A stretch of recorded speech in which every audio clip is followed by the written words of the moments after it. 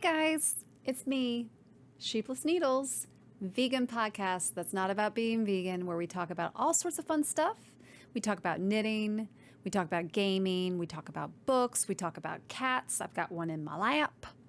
We talk about bunnies. We talk about beer, all sorts of things. We just talk about whatever we want to talk about. So pull up a chair, grab a project, let's hang out, let's do this. Cheers. I'm going to be honest here. I've tried filming this 3 times, and I'm a little out of sorts. I don't know if it's what's going on at the world at large right now, but I just don't feel like myself. So, if this episode feels like more of a train wreck than it normally does, reference point. Hi.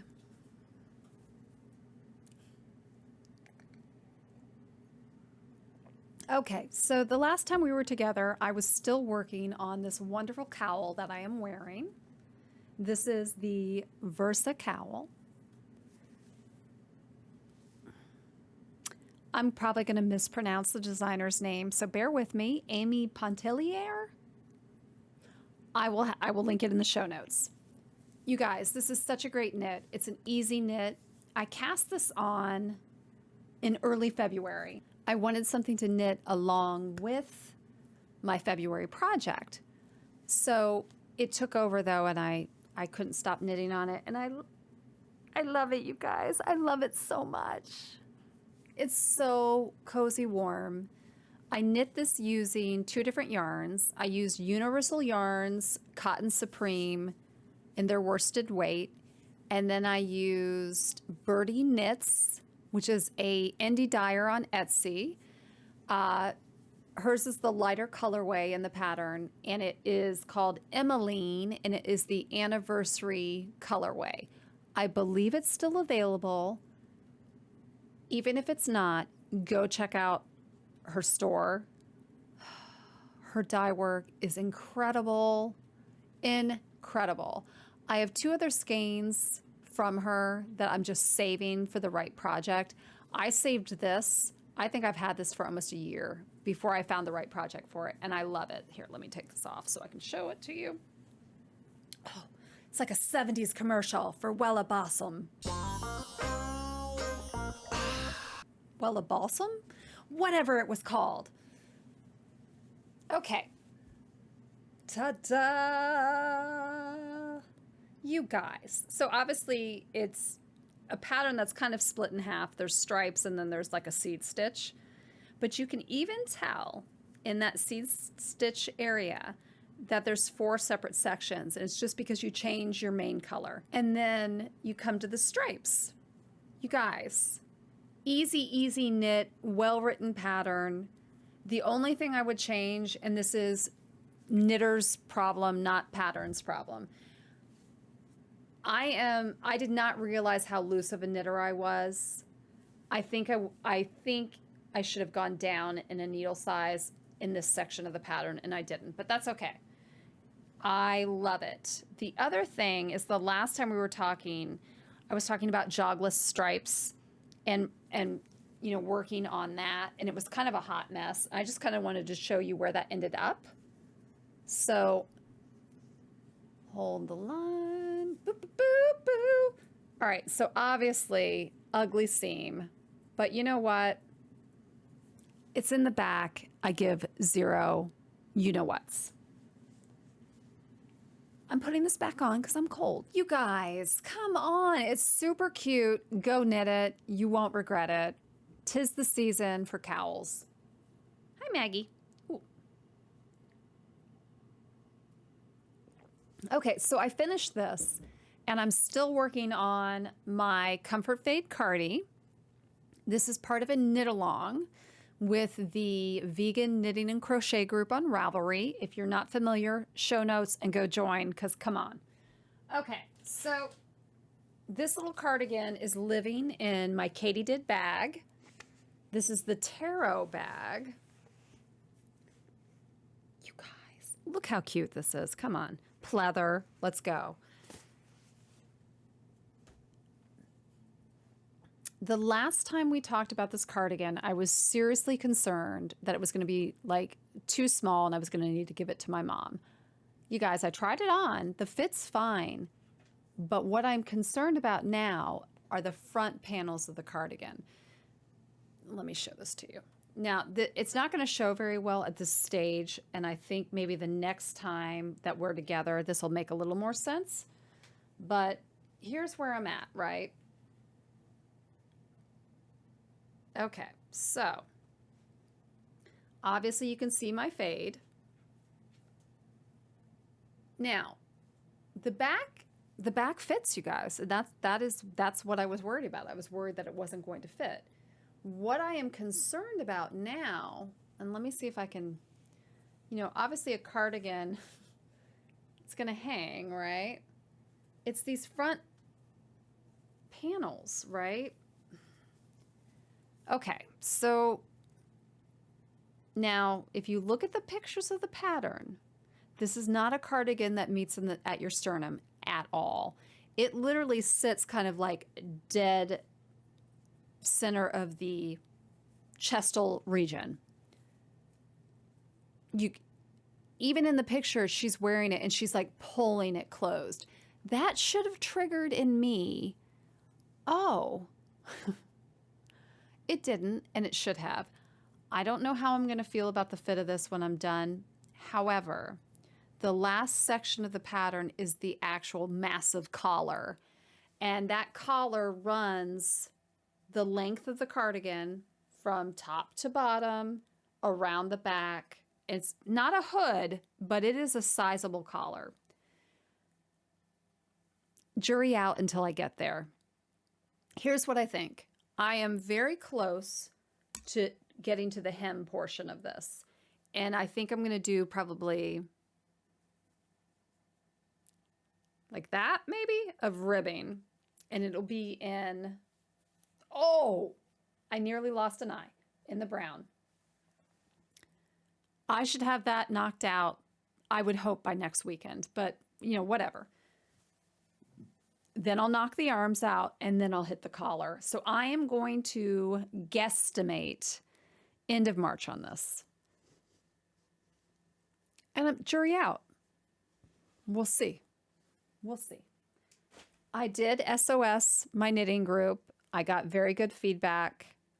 You guys, if you're like me, I'm sorry.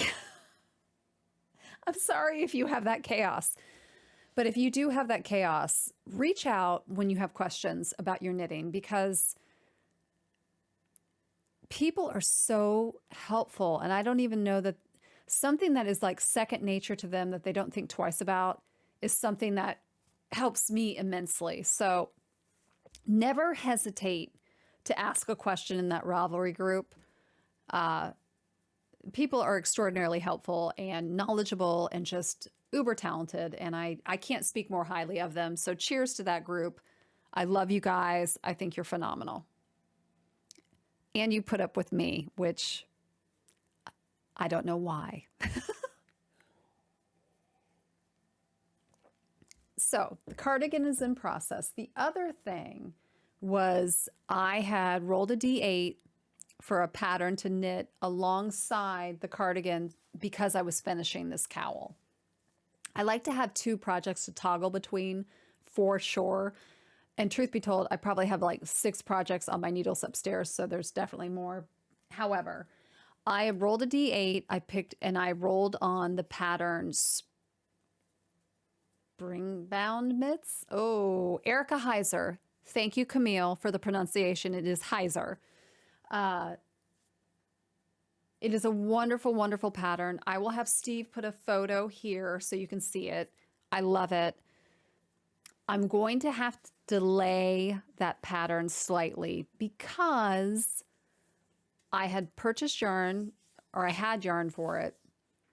I was using the bamboo pop yarn, sock yarn. I don't want to use it for those mitts. Once I started knitting with it, I was like, oh, I can see why these would make great socks, but not great mitts. And you guys, the other thing I learned in that process was I am really crappy at color work, particularly in fingering weight yarn, I need some practice. And we had a Zoom call, and I kind of talked about my struggles with like how to hold the yarn. And with, you know, color work, you can hold both colors in your right hand, both colors in your left hand, one color in each hand. I've tried all of them, and my tension was really bad.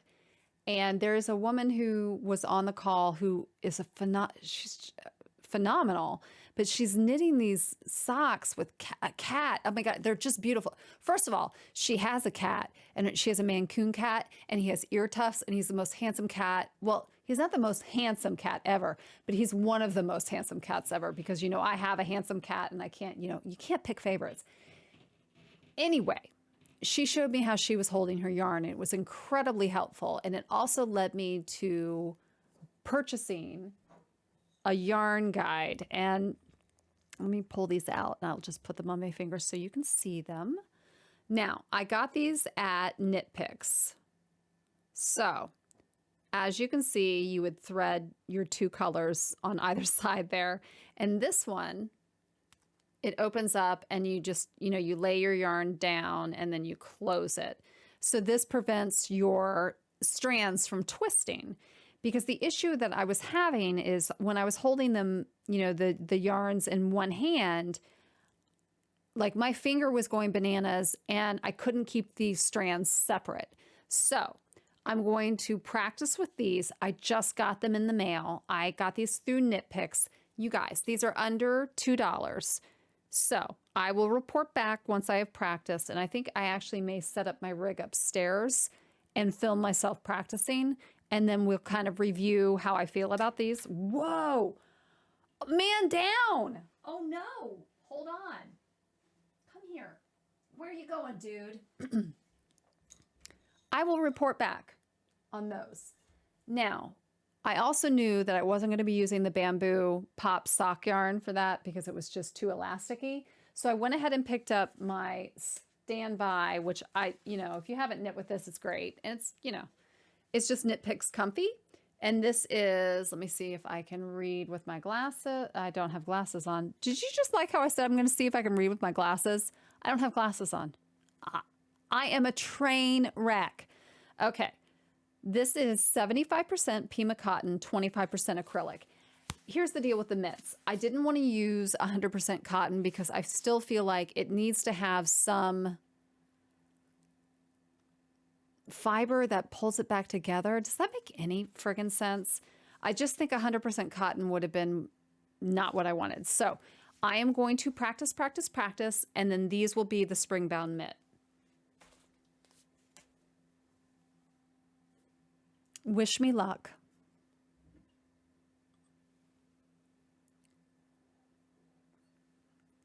So I'm guessing, I'm going to give myself, I'm going to practice, what is it? It's the end of February. I'm going to practice like in weird times in March. I'm going to say I'm going to cast those on in April. April. Okay, so that is an upcoming training, and we will report back on progress. The other thing that those mitts led me to, two things. I bought this. I'll let you know. I don't, you know, I normally just watch YouTube videos, so we'll see, but I'll try that. The other thing is it led me to these. Now, guys, I'm torn on this. Here's the deal. I feel like knitting needs to be accessible to everyone. And I think that these are, do I want to say they're overpriced? I can't even say they're overpriced because I have nothing to compare it to. These are the ChiaOGoo shorties twist sock. So basically it's an interchangeable set. There are 12 tips. They are 2-inch and 3-inch length. So they're much smaller than your standard, you know, 4-inch or 5-inch tip length. I got these because I knew I wanted to work some things in smaller circumferences, and I do want to try sock knitting. Now, I did not pay with these with my own money. I actually earned a gift certificate through my insurance program at work for Amazon, and that's how I got them. I never would have purchased these with my own money. And I never would ask someone, I never would have asked for these on a gift list either, because they were not inexpensive. Now, here's what I know about ChiaOGoo. I love their cables. If you've never knit with their cables, they are the most flexible cables that I've experienced as a knitter. Now, I have not knit with all the cables. You may know someone else that has a better cable system. Addies are my favorite needles, period. And they're my favorite fixed needles. So the deal with Addi, though, is you can get kinks in your cords, and that drives me nuts. I've never had that problem with these. I have some fixed circulars from ChiaOGoo, and then I have these now. I'm going to knit with these because I need to pay for what I bought. Does that make sense? It's kind of like, you know, if I have something that I want to buy, like let's say it's an expensive pair of jeans, and expensive could be whatever you think expensive is. I need to wear them enough where the cost per wear makes sense to me. And it's kind of the way that I approached when I got the Peloton. The Peloton is probably one of the most expensive purchases I've made. It might be one of the most expensive purchases I've made, but I use it every day, and I use the app every day, so that every day that I've used it, the cost per usage goes down. And I knew that if I was going to invest in something like that, I needed to make sure that I wrung out every single penny that was put into it. And that's how I feel about these. I don't know if that makes sense. I don't want to have a regret with these, right? And I'm on the fence. So you're going to see me trying to use these at every possible moment. And there's nothing wrong with that. So moving on to my beer. Can you tell I'm totally out of sorts? I'm totally out of sorts. You guys, the world has me... I'm heartbroken. That's all there is to it. So I'm just trying to move on. Now, fun thing to do. On my virtual knitting Zoom call, where I learn so much every time I get on it, one of the things that I wanted to do, because, okay, truth be told, people make fun of me because I love Stephen, not because I love Stephen West, because it seems to be all that I knit. And they don't make fun of me, but it comes up. So yeah, I know, guys, I know. So I said, well, throw out some designers then. And you know what? They friggin' delivered, because here's my notes from that call, you guys. So I went through this list, and then I did homework. Here we go. Now, you're going to notice there are 20 items. There's 20 items on this list. What could that possibly mean, you guys? Do you know me? That's called a D20. We're rolling for this shit. So here's what happened. I just wanted to experience other designers, I guess, is the way to put that.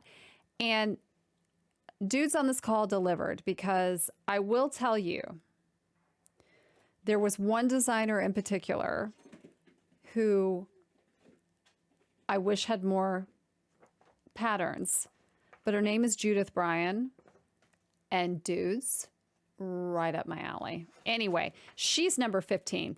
So what I did is I went through all the designers, and I picked out 1 or 2 patterns by each one of those designers. So I'm going to roll a D20. We're going to land on one of these designers, and then we'll figure out what I'm knitting. Now, number 6 is open-ended. It is any pattern from the Shetland Trader, not magazine, but pattern book. Number 10 or number 8 is anything from, hold on.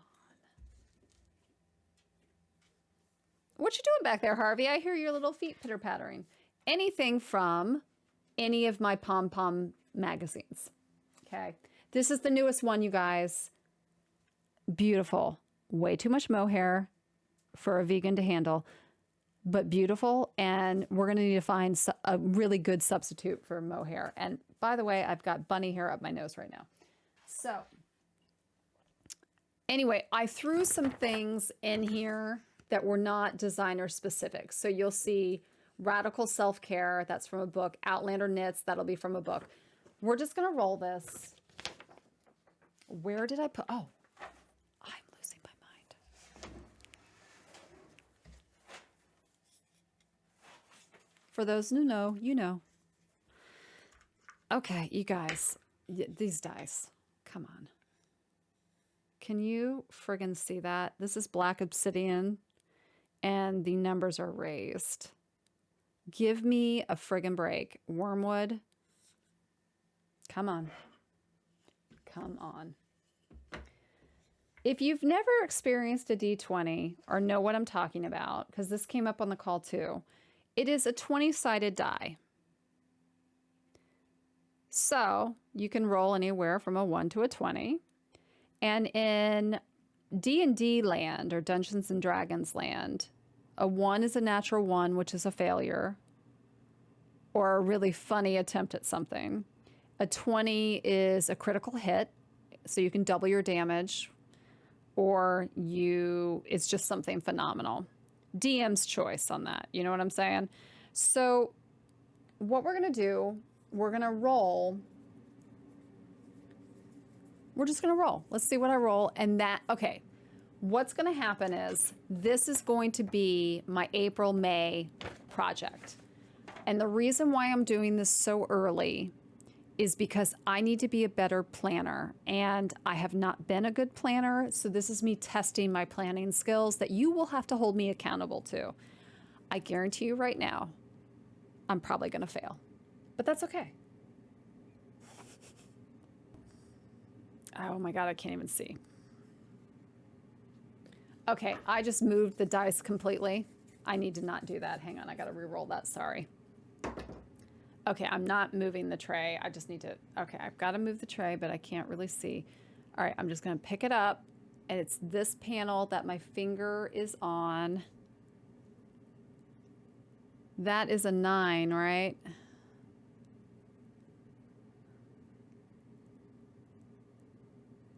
Shit. That was the 9. I'm almost positive. Okay, this was not... Yeah, it was the 9. I feel like I just want to trash this entire episode. I'll let Steve decide. Oh, you guys, I'm really happy. Okay, so number 9 is Justyna Lorkowska, and it's a cowl. And you guys, it's, first of all, I will leave links. Incredible designs. It's just incredible. But the Garfunkel cowl was just, I saw it, I was like, oh my God, that's what I'm knitting. Okay, so I will have Steve put a picture of the Garfunkel cowl by Justyna Lorkowska right there. I don't know off the top of my head what yarn requirements are for this. It's probably DK weight, but I guess it could be fingering. We're going to see. So I'm going to use the next month to gather whatever I need to gather, hopefully out of this bomb of a friggin' stash back there. Now, here's what I'm going to tell you. These die are really hard to read because I'm elderly. I'm not elderly, but you know what I'm saying. I love you, Wyrmwood, and I love you, Level Up Dice, but those are hard to read for me. It's not their fault. It's my fault. It's my friggin' eyeballs. Okay, so let's just move on because this is just a train. You guys, I am so out of sorts and I'm just feeling poopy. I don't know what's going on. I don't know what's going on. It's future sheepless needles. It's Tuesday morning. I'm taking a little break from work, and I wanted to insert a segment that got away from me when I was filming over the weekend. So, take two. Well, for me, not for you, but for me. Reoccurring segment. Literature for your knitature. You guys, well, first of all, reading's super important, right? And I'm trying to introduce more reading into my life because I feel like I have let that go and I don't enjoy that I've let that go. So I've committed to trying to read an hour a night before I go to bed. I've had some success and I've had some failures. I've had some nights where I just fall asleep. So who knows? Anyway, today's segment is kind of special because one of the members of the vegan knitting and crochet group is an author, and quite an established author. She writes fiction and nonfiction. Her nonfiction is what I will be discussing today because it is what I picked up. However, you should check out all of her work, and I will leave all of her information in the show notes. So the author is Camille DeAngelis. I hope I pronounced your last name correctly. If I did not, you just let me know and we'll deal with it later, and I apologize. But everyone here is used to me butchering the pronunciations of about everything. So, you know, you're in good company. So here we go. This is the book I picked up. It is called Life Without Envy, Ego Management for Creative People. You guys, I love this book, and I love it for so many reasons. First of all, it's extremely accessible. It has great references in it. Just a really good source of information and a good tool for self-reflection and keeping yourself in check. It can be a quick read, or it can be a read that'll take a little bit longer, depending on if you want to do like a workbook journal alongside it while you're reading it, which I think is a fabulous idea, by the way. I love the message of the book. I would like to take a moment to say how important it is to amplify voices in celebration. Social media is really good for amplifying negativity sometimes. And I think that Camille's book deals with part of ego management in terms of comparing where you're at with someone else, a peer, or someone who is doing something similar as you, right? And it's very easy to sit back and kind of, I don't want to say feel sorry for oneself, but it's very easy to sit back and look at the success that somebody else has had and question why they have that success and you don't. And unfortunately, when we do that, we are displacing energy that should be used for our own creativity, and we're displacing that energy into a very negative space. And that is why I think amplifying voices in a positive manner is super important. And a good example of this is going to be in my own life. I have several, but I'm just going to pick this one. My podcast. When I started my podcast, I started it because I couldn't find a vegan voice in the crafting world that wasn't hitting you over the head with images of why you needed to be vegan. And I just wasn't finding my home. And so I thought, okay, maybe I'm just not looking in the right places, but I don't see it. So I am just going to do it. And I put myself out there to do that because I just needed that space. And I figured somebody else out there maybe wanted that space too. And, you know, I'm not the only vegan podcaster. There's hundreds of us. There's probably thousands of us. I don't know how many vegan knitting podcasts there are, but I'm sure there's a handful at least, right? And it would be so easy for me to look at someone with a pretty successful podcast. This Orange Couch, great example. Kate, who does This Orange Couch, check her out. Phenomenal knitter, phenomenal person, right? It would be so easy for me to look at her channel and be like, she's got, zipza doodah, followers, and I only have like zipza ziza followers.